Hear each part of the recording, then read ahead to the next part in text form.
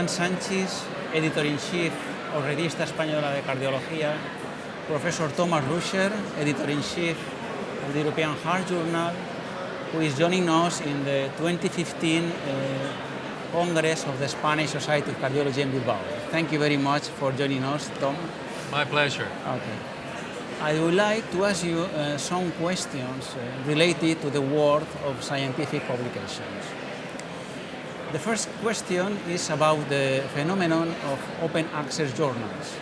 You know, in these journals, the authors pay for being published, and the access to the journal is free for everybody.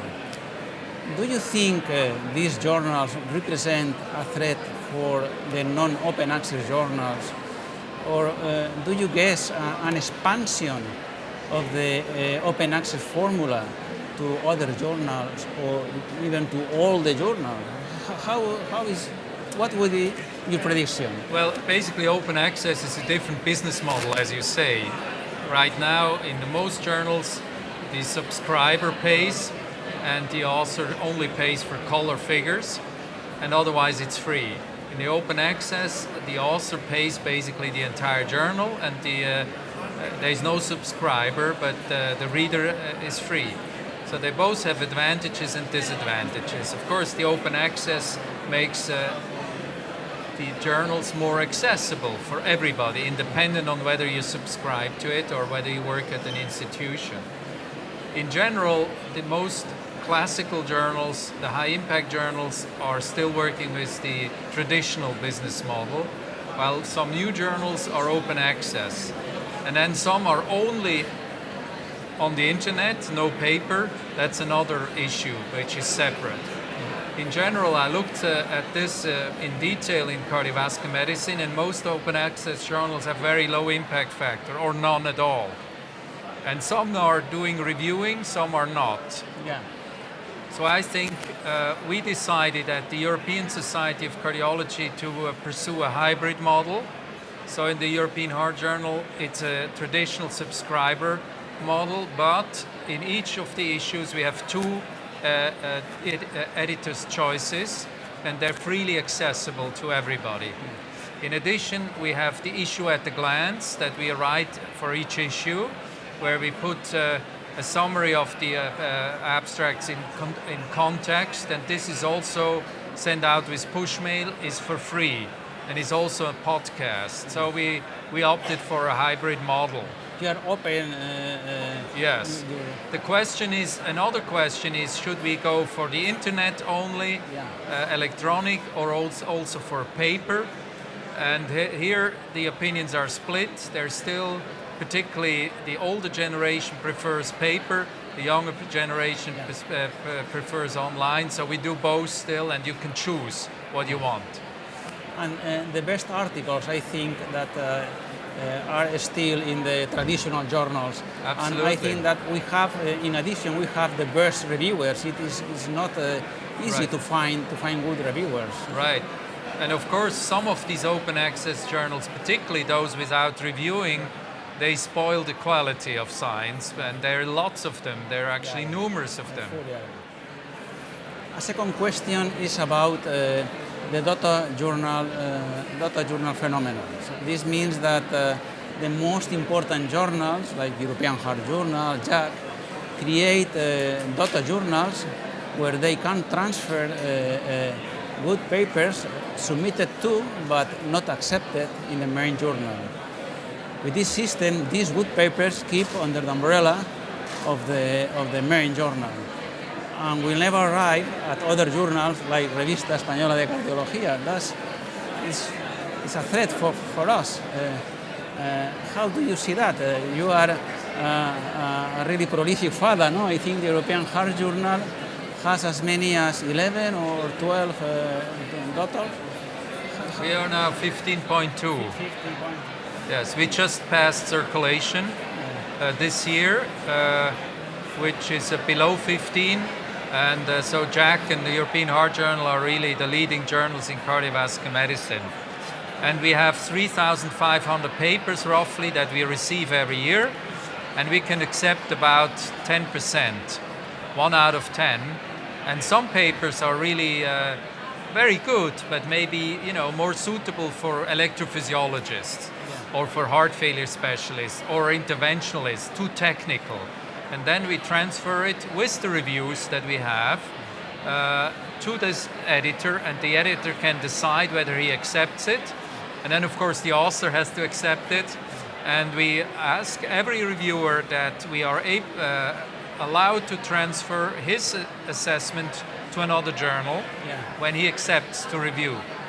And we transfer about 650 papers, and on average about a third of them eventually is published in the subspecialty journals. And this allowed the subspecialty journals to grow. Like the Heart Failure Journal is now the top journal in the worldwide in heart failure, and others have grown as well. Imaging has grown quite a bit. So I think it's a good system. Whether we should also work with the national journals is a second question. We have discussed that, and at this point we haven't pursued this because we have already 13 journals to send manuscripts to, so it's getting very complicated. So it is the specificity of the paper more than the quality of the paper in order to decide to transfer this paper to a data journal? It's both, of course, but of course, if we have a new catheter in electrophysiology, this is only interesting for electrophysiologists that actually do the procedure, and that's not for a general journal. We like big studies, large patient numbers, outcomes data, randomization, mechanisms, but the other papers are also important. If you try out a new TAVI valve, that's important to know, but it's maybe not suitable for a top journal, but maybe more for euro intervention, for instance. Last question is about scientific fraud, which is increasing, and the editors are defenseless against this problem because we can't control everything. We are not police officers. How can we combat scientific fraud? Well, science expects credibility and honesty and precision. And that's what science is all about. And without it, it doesn't work. Now, in every field of profession, in everyday life, there are people that are not honest. That is, by definition, occurring in a certain percentage, and science is no exception. So we have to accept that in a sense, but we have to avoid it. And what do we do with that? Well, first of all, we have, in general, 2 to 4 reviewers, and often the reviewers pick up things that are not right.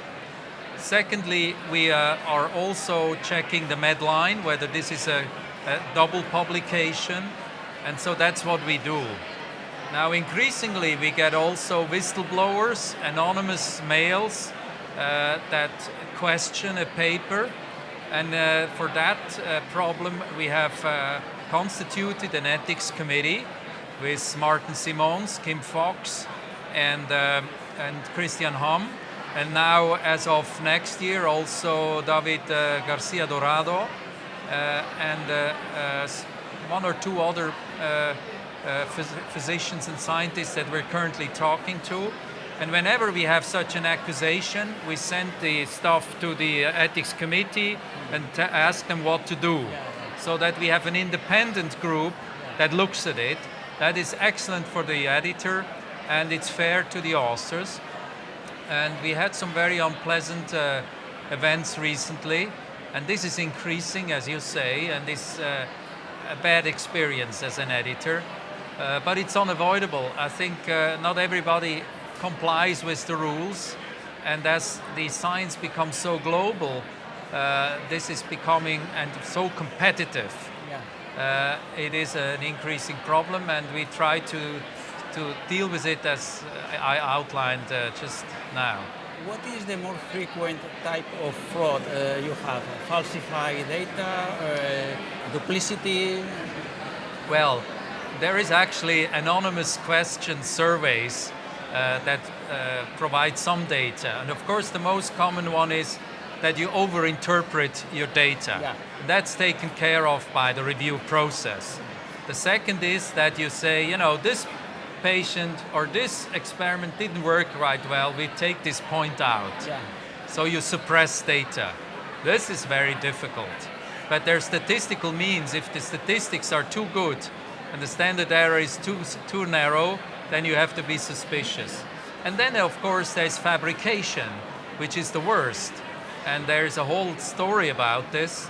And in cardiovascular medicine, the Darcy affair was the most prominent one. And recently we also had, with the Polderman's affair, a lot of troubles.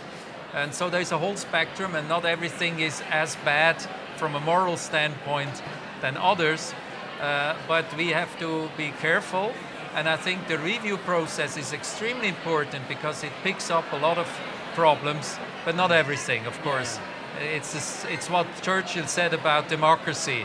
It's the worst system of all, but I don't know any better. Yeah. When we have a problem, we go to copy the International Committee on Publication Ethics. Have you used the copy, or you have your specific committee in your journal? We have this committee for the entire ESC family. Yeah. So any editor of any journal of our family can ask the committee to deal with such a question. And I think in principle it's good for every journal to show we care and to also give the editor the opportunity to solve the problem by an independent group of wise elder statesmen. Yeah, I know the names. So thank you very much, Tom. My pleasure. I hope you're having a good time in Bilbao. I do. Thank you very much.